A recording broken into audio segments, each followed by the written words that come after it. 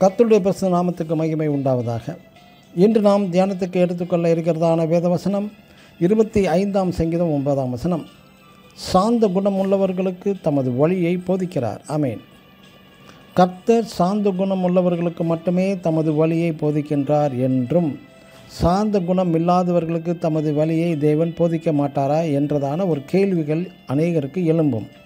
உதாரணமாக, மோசே இஸ்ரேல் ஜனங்களை 40 வருடங்களாக வனாந்திரத்தில் வழி நடத்தியவன் தான். ஆனாலும் அவனது சிறிய கோபத்தினால் கானான் தேசத்திற்குள் போக மோசேக்கு அனுமதி மறுத்து யோசுவாவிடம் இவனது பொறுப்பை ஒப்படைத்து விட்டார் தேவன்.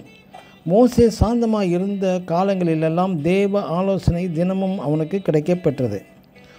உங்களுக்கு எதிராக வரும் போராட்டங்கள், நிந்தனைகள், அவமானங்கள் யாவையும் நீங்கள் சகித்து நடந்தால் மட்டுமே முடிவில் தேவ மகிமை, தேவ சமூகத்தையும் நீங்கள் சென்றடைய முடியும். 73ஆம் சங்கீதம் 24ஆம் வசனத்தின்படி, உம்முடைய ஆலோசனையின்படி நீர் என்னை நடத்தி முடிவிலே மகிமையில் ஏற்றுக்கொள்வீர் என்று சங்கீதக்காரன் பாடுகிறார்.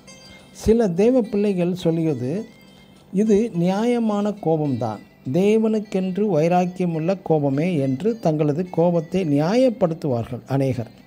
மத்தேயு எழுதின சுவிசேஷம் 11ஆம் அதிகாரம் 29ஆம் வசனத்தில் இயேசுவே சொன்னது, நான் சாந்தமும் மனத்தாழ்மையுமாய் இருக்கிறேன் என்கிறார். உண்மையிலே தேவன் சாந்த குணமுள்ளவர்களுக்கு மட்டுமே தமது செவ்வையான வழியை போதிக்கின்றார், வழி நடத்துகின்றார்.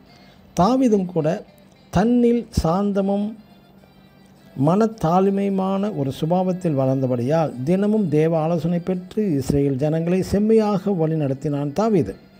எனக்கு அன்பான தேவனுடைய பிள்ளைகளை, நீங்கள் எந்த சூழ்நிலையிலும் உங்கள் சாந்தமுள்ள தாழ்மையுள்ள குணத்தை விட்டு விடாதீர்கள். கோபம் உங்களில் தோன்றவும் வேண்டாம் என்பதே. இயேசுவின் சாந்தமுள்ள குணம் உங்களிலும் நிலைத்திருக்க கடவுது. ஆமென். God bless you.